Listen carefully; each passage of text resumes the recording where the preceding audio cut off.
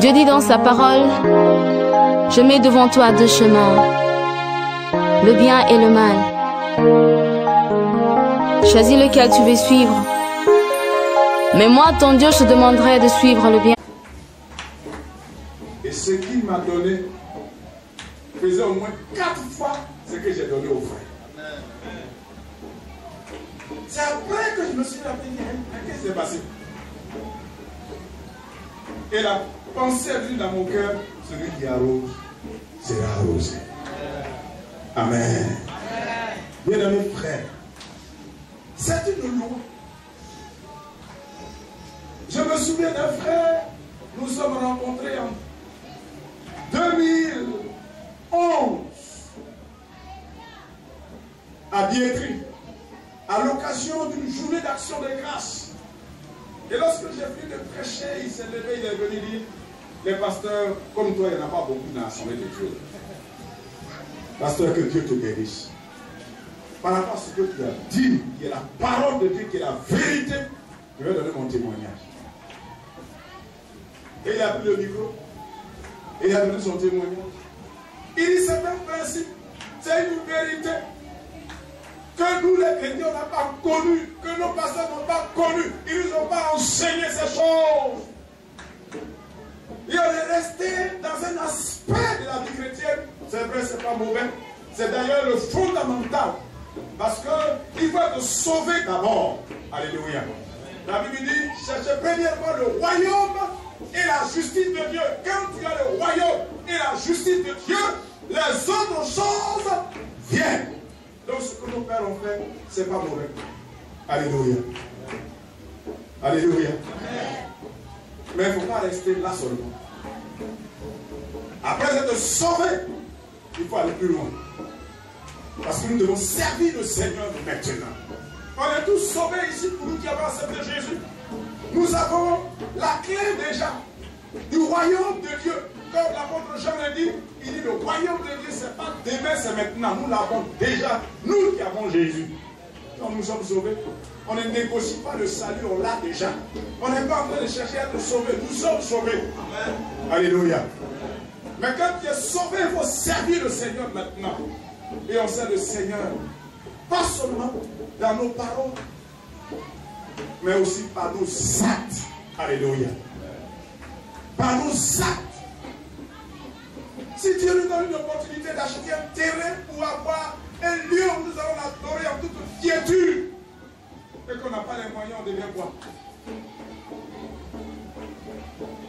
Notre service ne va pas loin. Notre service ne va pas loin. Quelque part, les choses ne vont pas bouger. C'est pourquoi, non seulement il va te sauver, mais aussi il faut avoir les bénédictions liées au salut pour aller loin. Quelqu'un dit Amen. Amen.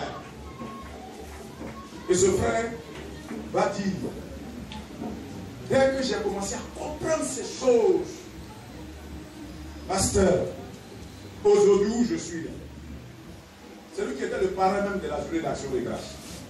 Je cherche des occasions. Quand on dit offrande, si on veut me prendre comme païen, je refuse. Parrain, pardon, je ne refuse jamais.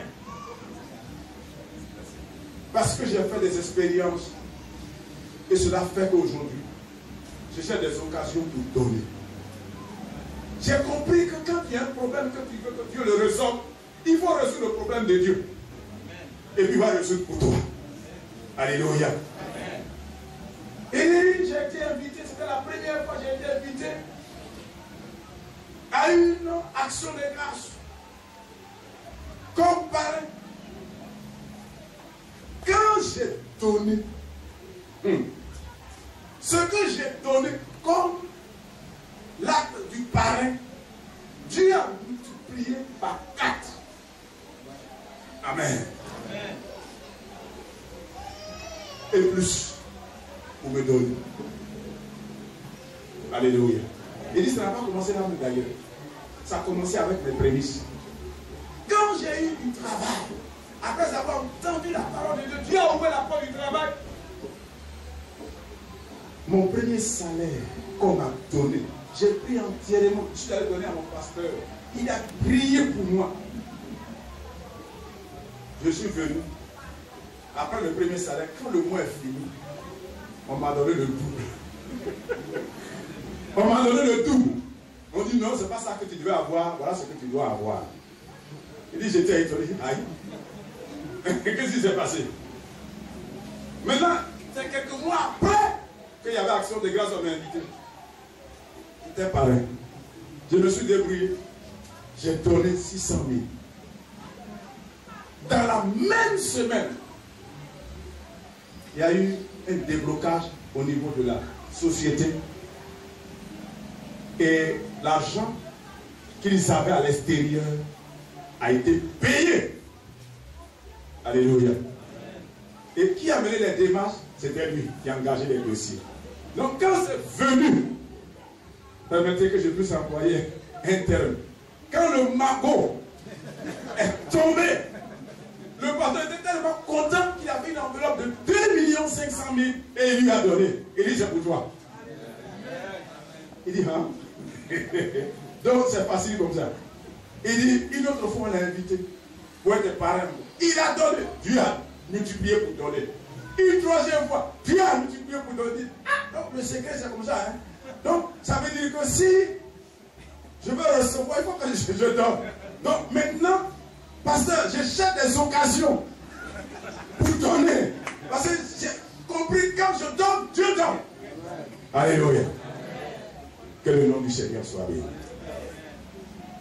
Chers frères, je voudrais terminer en donnant un exemple biblique. Un roi 18. À partir du premier verset, vous connaissez l'histoire de Élie avec le prophète de Baal au mont Carmel avec les enfants d'Israël. Un aspect de ce que on n'a pas l'habitude de comprendre dans ce récit. Ce qu'on connaît, ce qu'on voit habituellement, ce qu'on prêche habituellement, c'est qu'il y a eu une confrontation de puissance. La puissance de l'Éternel et la puissance de Baal. Et l'Éternel a vaincu toute l'armée et tout le pouvoir des prophètes de Baal et de Baal lui-même. C'est ça qu'on sait. Mais l'autre aspect, beaucoup ne le savent pas. Le principe dont on vient de parler est là-bas. Celui qui arrose, c'est là arrosé. Et on donne à celui qui donne. La Bible dit au verset 3 de ce chapitre, la famine était grande. Parce que la sécheresse avait déjà duré 3 ans et demi. Et c'était difficile. C'est là que Dieu appelle Élie, inviter le peuple au mont Carmel dans cette confrontation pour manifester sa gloire. Mais pour que la gloire de Dieu se manifeste et qu'il soit mis fin à la sécheresse et que le peuple puisse de nouveau recevoir la pluie et donc revenir à l'abondance, il y a 2 choses que Dieu a demandées et que Dieu a dit à Élie. Il a demandé 2 taureaux et il a demandé de l'eau. Amen. La parole de Dieu dit dans le livre des Proverbes, c'est à la vigueur des bœufs qu'on doit l'abondance de la récolte. Un taureau, c'est un bœuf. Vous parlez terre à terre, c'est bœuf à son garçon. C'est ce qu'on appelle taureau. Amen. Amen. Le taureau ici, par rapport à ce que ce texte dit, que Dieu a demandé de donner, c'est le symbole de l'abondance. Amen. Pour établir le peuple dans l'abondance, il faut que le peuple donne ce qui est le symbole de l'abondance. Or, c'était une période difficile. Et la sécheresse, les animaux sont morts. Tout a brûlé, tout a séché. Et Dieu demande le taureau. Quelquefois, la parole de Dieu ne va pas dans les détails. Elle laisse dire beaucoup à notre intelligence de juger la situation. Pour dire que ça n'a pas été facile. Dieu taureau. Et si on a sacrifié, et puis il n'y a rien derrière, on fait comment? Et ils ont donné. Amen. Et ces 2 taureaux ont été sacrifiés. Les prophètes de Baal ont pris un. Et Élie a pris un. La deuxième chose qu'il va demander, c'est l'eau. On dit sécheresse, 3 ans et demi. Et puis Israël, c'est pas au sud de la Côte d'Ivoire, dans une zone tropicale forestière, où il pleut, et la pluie même apporte des maisons, des voitures. C'est pas la même chose. C'est un pays sec. Ça se trouve où? En Orient. C'est quel pays qui est à côté? L'Arabie. Il y a forêt là-bas? Non. Tous les pays qui sont autour, il n'y a pas de forêt. S'il y a une forêt, petite forêt, c'est au bord des rivières ou des fleuves qu'il y a une petite végétation. Le reste là, c'est sable même par la grâce de Dieu. Et quand on te montre une tempête de sable dans ces pays-là, toi-même tu es là pour rendre témoignage en prophétisant. Parce que ce n'est pas n'importe quoi. Oui. Et dans ce lieu-là, Dieu dit donnez de l'eau. Ils ont demandé l'eau. Amen. Et il dit versez l'eau là sur le sacrifice. Une première fois, ils ont versé. Il dit versez encore une deuxième fois, ils ont versé. Il dit versez une troisième fois. Ça, celui-là, s'il était là, il a dit et dit à cause de Dieu, si la pluie n'est pas tombée, on va te presser comme ça, l'eau va quitter un fois. On va boire et puis on va préparer. Alléluia. Hello.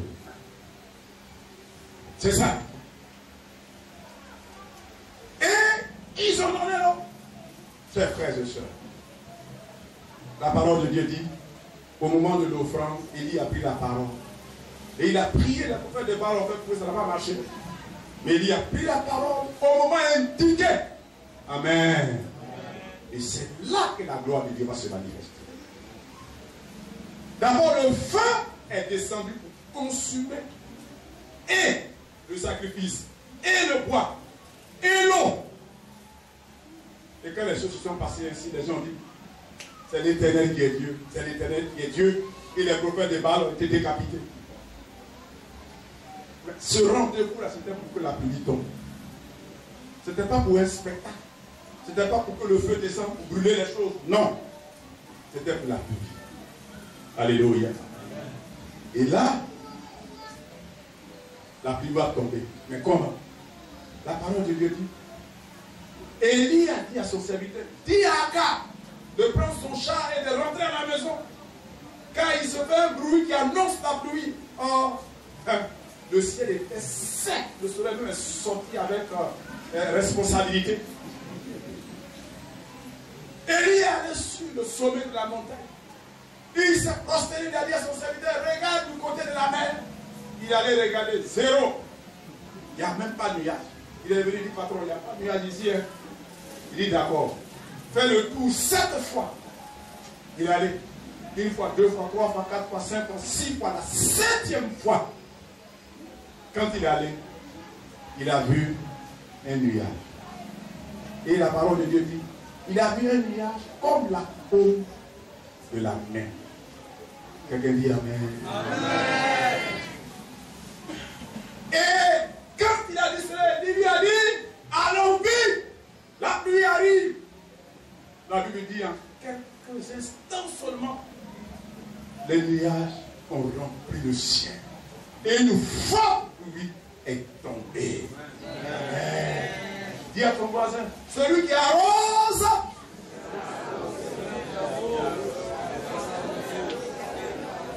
il fallait qu'il donne de l'eau. Et puis ce que j'aime avec Dieu là, c'est quand Dieu il parle, il est précis. C'est nous qui ne faisons pas attention. Nous ne faisons pas attention quand nous lisons la Bible. Il a dit, il a vu nuage comme la paume de la main. Vous savez, cette eau là, c'est ce qu'ils ont donné.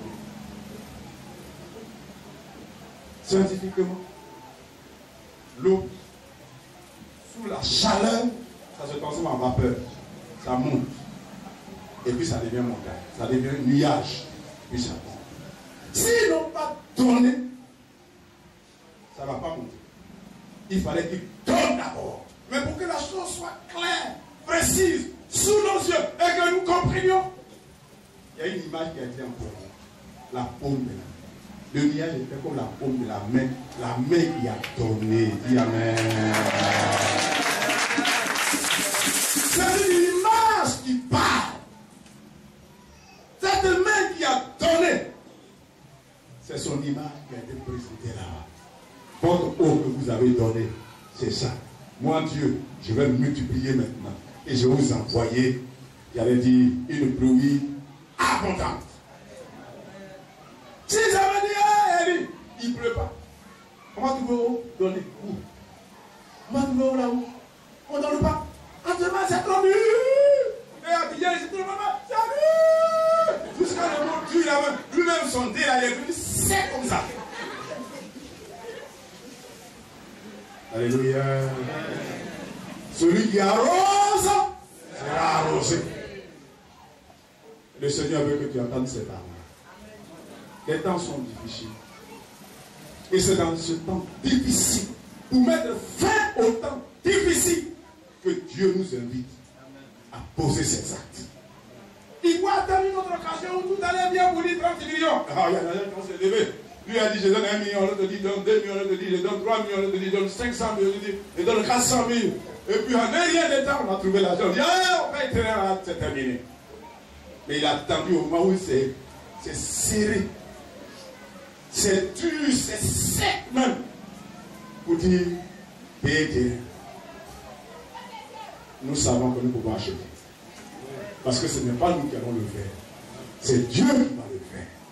Alléluia. Il suffit que nous donnions de notre taureau. Il suffit que nous donnions de notre eau. Notre petite eau. Pour que Dieu nous supplie. Et cela, c'est d'abord notre engagement par la foi. Alléluia. Et cela, c'est par notre geste que nous allons faire pour que Dieu débloque des situations pour mettre les moyens de disposition afin que nous puissions surprendre. J'allais dire, ce papa dont le cœur a été disposé pour nous. Que le Seigneur bénisse sa parole. Que le Seigneur te bénisse. Et que son nom soit glorifié. Amen. On se tient debout pour rendre grâce à Dieu. Dis encore à ton voisin, celui qui arrose, c'est arrosé. Et on donne à celui qui donne. Si tu veux recevoir, il faut. Si tu veux t'arroser, il faut.